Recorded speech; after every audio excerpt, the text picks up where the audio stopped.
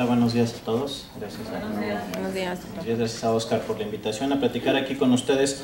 Pues ahora sí que desde el punto de vista médico, y lo que dice Oscar es muy cierto. El otro día por ahí una anécdota me lo contó algún paciente que fue a una boda y pues, se sentó sin acercarse a la comida y le pregunta a un médico: oiga, ¿y por qué no come usted? Pues es que yo soy intolerante al gluten. Ah, ok. Y a ratito se acerca y le pregunta: oiga, ¿qué es el gluten? ¿No? Entonces dice uno, no puede ser. Y la clásica de, ay, no seas exagerado tantito, ¿no? Realmente aquí ustedes saben que tantito es mucho. Y bueno, desde el punto de vista médico, la enfermedad la definimos como una enteropatía. Esto es una enfermedad del intestino con inflamación, es crónica y su causa es una forma de enfermedades que se conocen como inmunológicas, donde el propio sistema inmune es realmente el que está ocasionando el daño, pero disparado en este caso por el gluten y proteínas derivadas. Se debe de tener una susceptibilidad genética. Esto significa que solo se puede ser celíaco si se tiene cierta carga genética.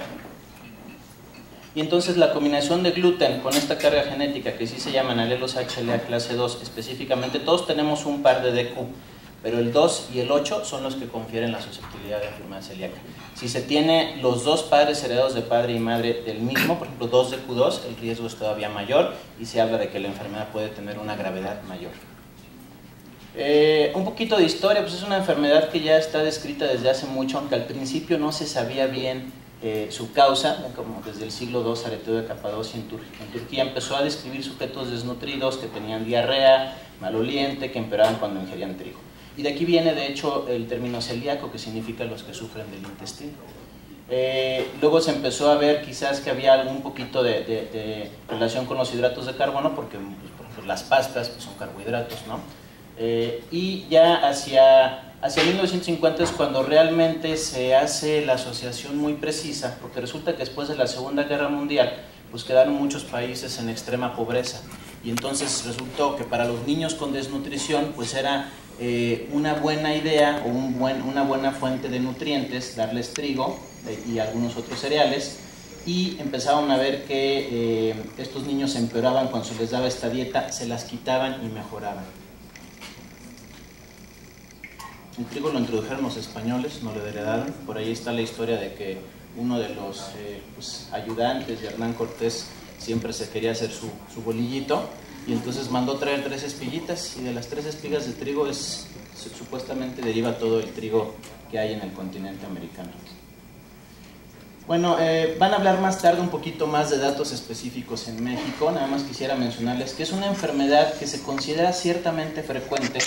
Más o menos es el 1% que afecta a todas las poblaciones. Uno podría decir 1% no es mucho, pero a la hora que uno hace números exactos, y en este país somos 114 millones de habitantes, pues tenemos alrededor de 1 millón de celíacos. Ahí sí son muchos, ¿no?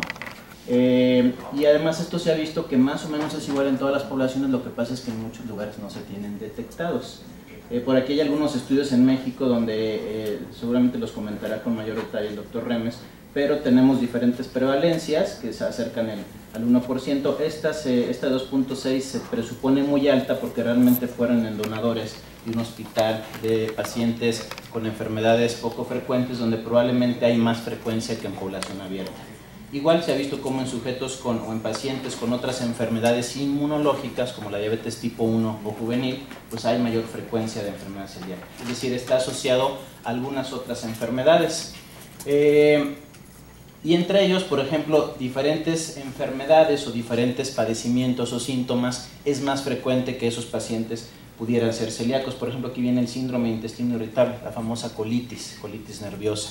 No significa que todos los pacientes con colitis sean celíacos, pero si en población sin colitis es el 1%, en población con colitis se acerca 3%, que es pues 3 veces más frecuente. Enfermedades de la tiroides, anemias crónicas, osteoporosis, en fin, una serie de situaciones que se han visto asociadas, y que lo único que dice es que la frecuencia del 1% en este grupo de personas pues es un poquito más elevada. Y vean, por ejemplo, en Europa de cada 7 celíacos, o sea, más bien la relación de diagnosticados es 1 por 7 no diagnosticados. En Estados Unidos es 1 por cada 50, 100 no diagnosticados. ¿Cuánto andaremos en México? Es un dato que no conocemos, pero probablemente 5 a 100 le salgan varios seres más.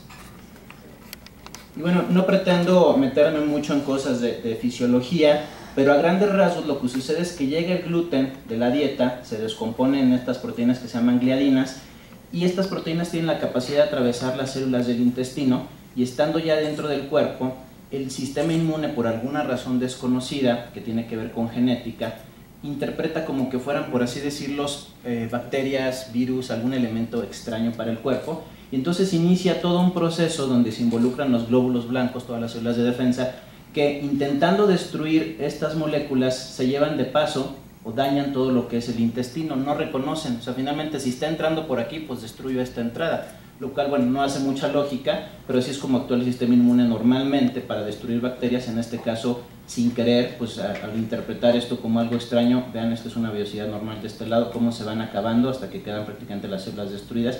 Y esto es lo que le ocasiona los problemas al celíaco, porque entonces el intestino ya no está funcionando como debe de ser. Ustedes saben que el intestino es el sitio donde se absorbe todo lo que comemos. Entonces, pues es un daño muy importante que está limitando cualquier cosa que uno empiece a ingerir y por lo tanto la nutrición. ¿Cómo se manifiesta la enfermedad? Pues hace muchos años prácticamente solo eran diarreas crónicas. De hecho, esta forma se le llama típica, cuando ahora resulta que es la más frecuente. Ahora menos de la mitad de los pacientes celíacos tienen estas diarreas crónicas, que diarreas crónicas se define como quien tiene diarrea por más de 2 meses, o más de un mes incluso, y hay grasa en las evacuaciones, pierden peso, en los niños tienen problemas de crecimiento, que hablará un poquito más de eso el doctor Chávez, y muchos pacientes ahora han cursado varios años con diagnóstico de intestino irritable, de colitis, sin que sus médicos supieran que son celíacos, sobre todo los que tienen diarrea entre sus síntomas, e incluso una gran parte de los pacientes hoy sabemos que son asintomáticos. Y además existen otras manifestaciones que se les llamaba típicas, pero cada vez son más frecuentes, donde a veces así es como pueden aparecer los pacientes, incluso sin tener diarrea o tener diarreas esporádicas. Estamos viendo mucho problema de gas, que los pacientes se quejan a lo mejor de que siempre están inflados, no llegan al punto de diarrea, pero están generando mucha distensión. Baja el hierro, incluso hay problemas de fertilidad, hay problemas del estado de ánimo, hay problemas neurológicos, problemas en el hueso, en el hígado, hay hepatitis específicas de pacientes celíacos que se curan quitando el gluten de la dieta. Muchas otras enfermedades inmunológicas, como ya platicamos, la tiroides, la diabetes tipo 1, e incluso algunos tipos de cánceres y linfomas, que son cánceres linfáticos, que son un poco más frecuentes en pacientes que no llevan el tratamiento adecuado. Y esta tabla nos muestra justamente lo que les acabo de decir. Vean cómo en los 80 la mayor parte de los pacientes por lo que se diagnosticaban o pedían atención médica era por diarrea, y cómo la frecuencia de diarrea ha ido bajando y ahora empiezan a aparecer otros como anemia, enfermedad de hueso, o esto, screening es cuando se busca intencionadamente en familiares de pacientes o en grupos de riesgo que no tienen síntomas pero que uno considera, por ejemplo, los de tiroides, que en ellos hasta 6% pueden ser celíacos, uno lo busca a propósito, entonces ahí están encontrando más pacientes. Se asocia a varias otras enfermedades que les he mencionado, sobre todo hay una enfermedad de la piel muy rara, de hecho de lo raro entre lo raro, porque de los celíacos, que es el 1% de la población, 1% de ellos tienen dermatitis herpetiforme, pero la dermatitis herpetiforme casi se da solo en pacientes celíacos e igualmente se cura con la dieta de los celíacos. Esta es la dermatitis herpetiforme. Se llama herpetiforme porque a la vista parece herpes. El herpes son vesiculitas, gotitas de agua, pues dan mucha comezón y aparecen en las zonas que se llama de flexión, o sea, los codos, las rodillas, la zona de la nalga, y así se ven las lesiones de cerca. Si esto lo viéramos así aisladamente, pues uno pensaría que es un herpes. Y vean la frecuencia, 100% de las dermatitis herpetiformes son celíacos, familiares de pacientes celíacos, hasta 20% de los familiares de los pacientes pueden ser celíacos. Los niños con síndrome de Down tienen mayor frecuencia de enfermedad celíaca, los diabéticos tipo 1. Y esta es la forma de presentación, que como les decía ha cambiado de la clásica, con formas atípicas, la forma silente, que no significa otra cosa que no da síntomas, y las formas latentes. La silente tiene daño al intestino, pero que todavía no se ha manifestado. Eso se ve en una biopsia, y la latente solo andan circulando los anticuerpos que van a ir a ocasionar el daño, pero todavía no se han manifestado y no hay un daño realmente. Estos pacientes solo se detectan, por ejemplo, familiares, que se les hacen los anticuerpos y son positivos. Entonces eventualmente van a desarrollar la enfermedad. Como les había comentado, se diagnostica menos de lo que se tiene, porque además pues, los síntomas son variados. Muchas personas actualmente se inflan, se distienden. La enfermedad inflamatoria intestinal, la colitis, hay reportes que en nuestro país hasta 20% de los pacientes, sobre todo mujeres, de las personas tienen colitis. Entonces pues a veces se pueden confundir con algunas otras situaciones, sobre todo cuando no hay una diarrea florida, abundante, que los esté bajando de peso, en fin. Incluso ahora vemos pacientes que lejos del síntoma típico de desnutrición tienen peso normal o incluso algo de sobrepeso y que son celíacos. Pacientes ancianos que son celíacos. O sea, antes como que uno decía, no, pues tienen que ser niños, flaquitos, con talla baja o personas muy delgadas, jóvenes. No, tenemos en cualquier grupo de edad ahora la enfermedad. Obviamente conforme avanza la edad cada vez tenemos menos casos. Por ejemplo, hay en nutrición, yo me acuerdo de un par de pacientes que debutaron arriba de los 70 años. Es difícil diagnosticarla y más si no se conoce. O sea, lo primero es sospecharla. Si no hacemos una sospecha, pues nunca la vamos a buscar. Y esa es la parte que le toca a los médicos. El primer estudio, no hay un solo estudio que nos diagnostique la enfermedad celíaca. A mí me pasa mucho que me llegan pacientes donde les hicieron una biopsia por la razón que sea y entonces el patólogo dice, pues la biopsia es compatible con la enfermedad celíaca. Y entonces su médico, el que no es patólogo, que recibe la biopsia ante un gastroenterólogo, dice, mire, aquí dice que usted es celíaco. Entonces de repente también pacientes que no son, los estamos etiquetando solo por una biopsia, cuando sabemos ahora, hay un trabajo del doctor Uscanga muy interesante al respecto, que algunas otras enfermedades que no son celíacas y que también dan diarreas, dan el mismo tipo de daño en la biopsia. Entonces puede ser otra cosa. Entonces, y finalmente el patólogo al poner compatible significa, compatibles puede ser, no significa estoy diciendo que es, pero tenemos infinidad de pacientes mal diagnosticados. El principal estudio diagnóstico son los anticuerpos, son inmunoglobulinas, defensas que se miden en la sangre y que prácticamente no hay una razón para tenerlos positivos aparte de enfermedad celíaca. ¿Qué significa esto? Que si alguien los tiene positivos no puede ser otra cosa, prácticamente celíaco.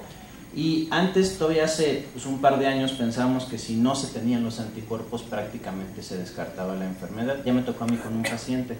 La paciente tiene anticuerpos negativos, tiene una biopsia muy típica de celíaca, muy representativa, pero a la hora que le hacemos los anticuerpos son negativos y decíamos, no, pues no puede ser celíaco, ¿no? Y resulta que ahora están apareciendo casos donde los anticuerpos son negativos o donde parece que en el tiempo fluctúan y dependiendo cuando uno tome la muestra pueden estar negativos y en un siguiente momento estar positivos. Entonces esto ha venido a complicar un poquito más las cosas de diagnóstico.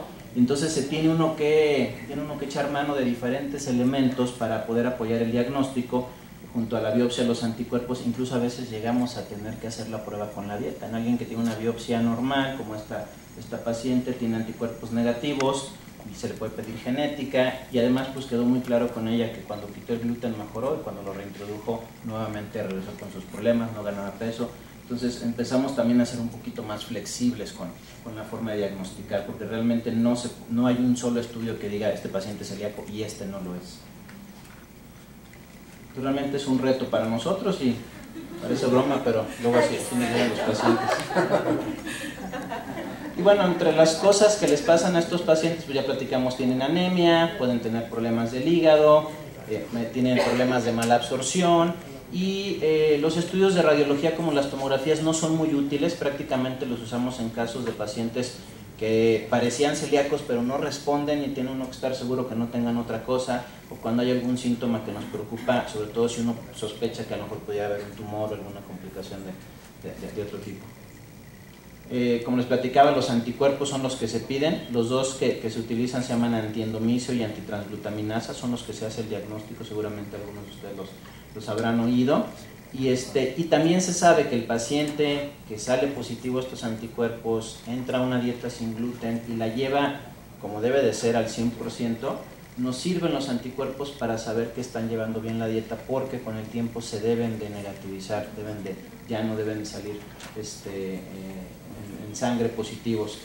Y de hecho hay algunos como las gliadinas que nos pueden decir si un paciente, aunque él piense, porque a veces no es que no lo hagan y que nos mientan, a veces simplemente es que no saben que están comiendo gluten de alguna fuente oculta, pues si siguen positivos uno tiene que buscar un poquito más en dónde está el problema, porque eso indica que el paciente de algún lugar está recibiendo gluten. Hay algunos pacientes que los pueden tener negativos, ya habíamos platicado de eso, pero igual pacientes que no tienen formas no tan graves de la enfermedad, que les falta un tipo de inmunoglobulina que se llama la A, también pueden tener sus anticuerpos negativos. Pacientes de menos de 2 años, niños muy chiquitos, todavía no desarrollan a veces estos anticuerpos. Algunos pacientes que ya llegan quitando el gluten a consulta, quiero saber si soy celíaco, pues si ya no está comiendo gluten ya es muy difícil. Aunque ciertamente con la mayoría de los pacientes que por su cuenta llevan una dieta sin gluten, algo se les escapa. De por sí es muy difícil cuando llevan un apoyo a pesar de un nutriólogo y todo, más cuando lo hacen por su cuenta, sobre todo lo que es contaminación cruzada. Y bueno, esto quizás no nos ocurra tanto a la hora del diagnóstico, porque aunque no coman gluten a grandes cantidades, siempre hay restos que nos siguen dando los anticuerpos como confiables. Y pacientes que tengan algún problema de defensas o enfermedades que bajan las defensas también pueden estar negativos. Vean, esta es una biopsia normal. Todas estas son las vellosidades, que son como los vellitos de una toalla. Dan de cuenta que son los que absorben. Conforme aparece la enfermedad celíaca, estas se van aplanando. O sea, estos como que ya se hicieron bolitas, como si quedara menos de la mitad de esta vellosidad. Y aquí prácticamente ya no tiene vellosidades, o sea, esto está aquí al ras. Entonces este paciente pues ya no absorbe nada y lo que entra así sale. La genética es algo que últimamente pues, se ha investigado más. Pues, como ustedes saben, estamos desde hace varios años, de 10 años para acá, en muchas cosas la genética ha cobrado importancia. Ya les había comentado que en general 10 hasta 20% de los pacientes, más bien de los familiares de pacientes, van a ser celíacos, pero aún así no es el 100%. Por ejemplo, entre gemelos, entre dos gemelos idénticos, hay 75% de concordancia de ser celíacos, pero aún así hay un 25% que no lo son. Entonces no es nada más la genética, hay por ahí otro tipo de factores que todavía no conocemos que pueden hacer que una persona desarrolle celíaca teniendo estos genes y otra no, a pesar de que incluso sean hermanos o sean gemelos. Y este HLA del que les he hablado, esta genética del DQ2 y del DQ8, aún así solo explica 50% del riesgo. Esto significa que hay muchos otros genes que todavía no se conocen, que pueden estar participando en el hecho de dar esta enfermedad. Ahora, estos genes los tenemos en la población sana.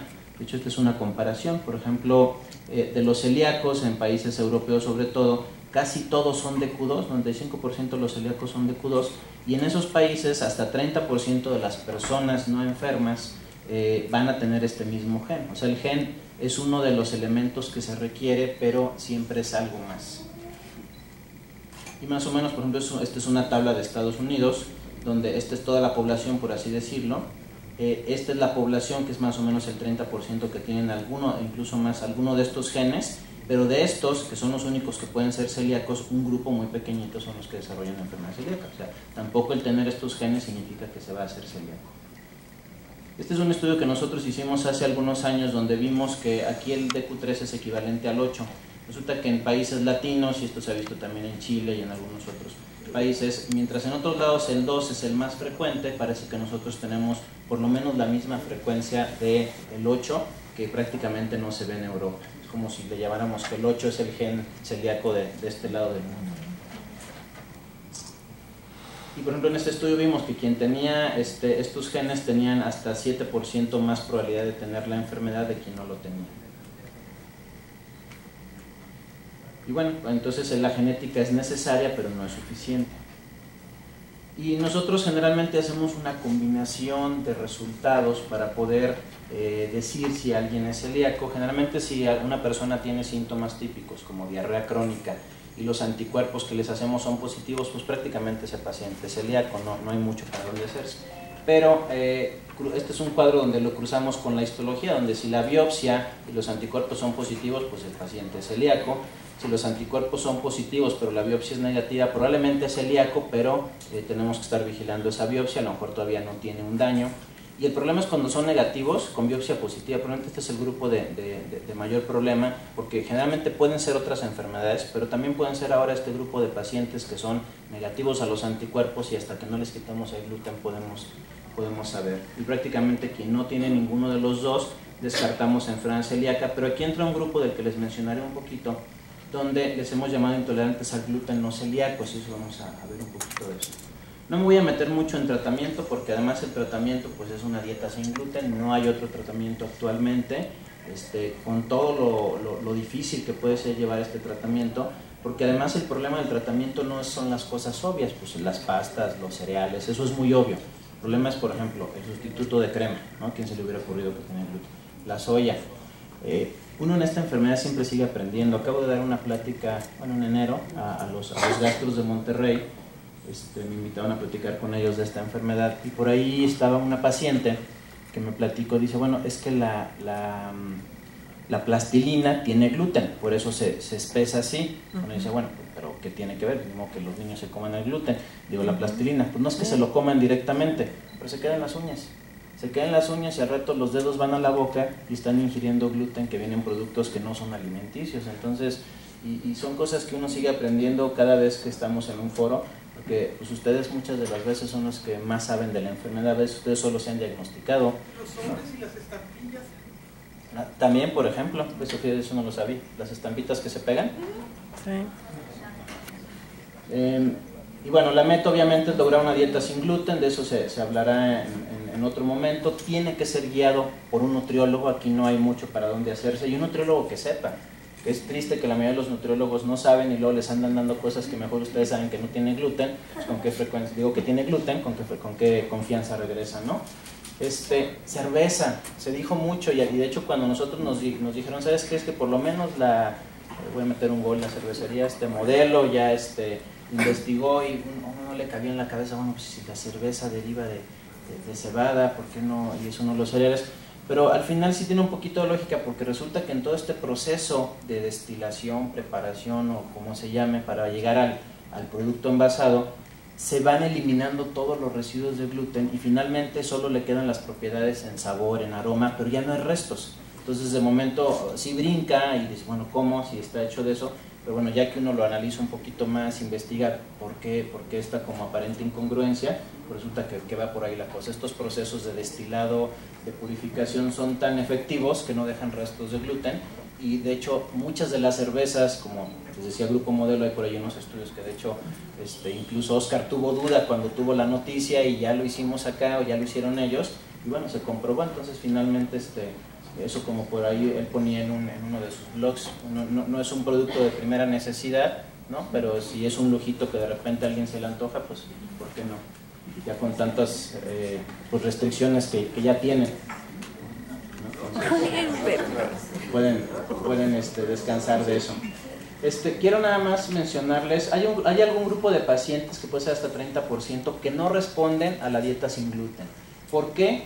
Hay diferentes causas. La más común es que realmente no la estén llevando como debe de ser. A veces, por ejemplo, no lo saben. Se hablaba de que los niños de repente pues están en la escuela y se les hace fácil, pero también hemos visto que son los más educados, los más apegados a su dieta, porque lo saben desde un momento tan temprano en su vida, que igual ya se los dirá ahorita Antonio, que la verdad a veces es menos complicado que un niño te lleve la dieta y lo ve uno, van a la escuela o van a la fiesta del compañerito, no, yo no como pastel, ¿no? Entonces cuando a lo mejor un adulto, no importa, vámonos. Entonces también puede ser que tengan una forma refractaria. Los pacientes con enfermedad celíaca refractaria no responden a dieta, son los menos, pero los que hay les da una celíaca de veras y no los deja ganar peso, tienen otro tipo de complicaciones y requieren otro tipo de tratamientos como la cortisona. Y prácticamente para terminar les quería mostrar, bueno, esto primero, donde se ha puesto de moda la dieta libre de gluten. Mucha gente la empezó a usar, porque además pues si quitamos tanto carbohidrato, pues entre otros beneficios se baja de peso.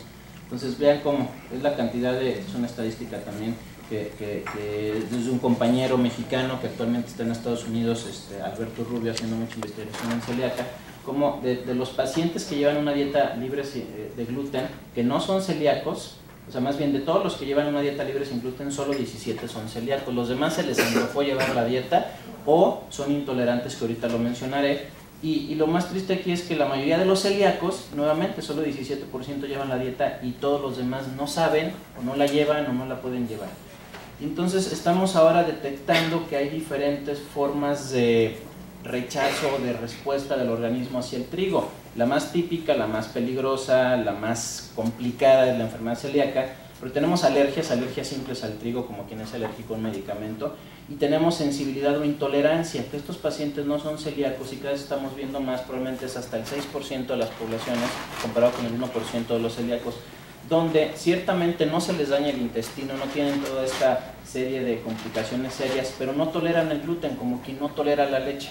Entonces les da diarrea, se inflan, les da cólico, pero finalmente es una situación al igual que la leche, no les va a dañar más allá, pero van a pasar un mal rato. Y como cualquier intolerancia, depende de la dosis, a lo mejor tolero poquito, tolero lo oculto, tolero la contaminación cruzada, pero si ya me voy un poquito más arriba, igual que la leche hay quien tolera medio vasito, pero toma más de medio vaso y no sale del baño. Entonces son situaciones muy similares. Y entonces, ¿cómo sabemos quién es sensible al gluten o intolerante? Bueno, cambian algunas de las cosas, los síntomas pueden ser muy parecidos, generalmente no deben tener alteración en la biopsia, no deben tener anticuerpos, si acaso estos que se llaman gliadinas, que son los únicos que pueden estar en estos pacientes, sí responden a la dieta, finalmente si les quitan el gluten se les quitan todas esas molestias, y como pues ahora sí que son parte de población sana, podríamos decir que no son celíacos, pues hasta 50% van a tener la genética y otros 50% no, o sea, realmente no tiene que ver con genética, ese 50% eso significa. Y algo importante a recordar es que el paciente celíaco sí se ha visto en diferentes estudios, algunos también de este compañero Alberto, donde además de que les aparecen otro tipo de enfermedades, por ahí ellos hicieron un estudio en pacientes de la guerra, que habían estado en la guerra de, no me acuerdo, si mal no recuerdo, del Golfo, no estoy seguro, pero tenían muestras de ellos en aquel entonces, y después fueron a esas muestras guardadas, les midieron anticuerpos y vieron que los que tenían anticuerpos positivos y que entonces probablemente eran celíacos, muchos de ese grupo no habían llegado a las edades de los otros, porque no sabían que estaban enfermos. Entonces realmente esto llegó a la conclusión de que aunque no se tengan síntomas, el paciente requiere tratamiento porque si no va a tener mayor riesgo de ciertas complicaciones, incluso de una mortalidad más temprana. Pues prácticamente, estamos en tiempo. Y bueno, futuro todavía está un poquito pues incierto, hay por ahí algún medicamento que se está probando que interfiere en que la molécula de gluten atraviese la barrera intestinal, se están haciendo pues, experimentos con trigos modificados genéticamente, en fin, a la fecha no hay nada todavía y pues descansamos de los alimentos sin gluten, que qué bueno que cada vez tenemos más gente que se dedica a eso porque hay por ahí datos donde la dieta sin gluten puede ser hasta 220% más cara o incluso más que el pan normal, ¿no? Hablando de este tipo de productos, ¿no? Entonces, pues por mi parte es todo, muchísimas gracias.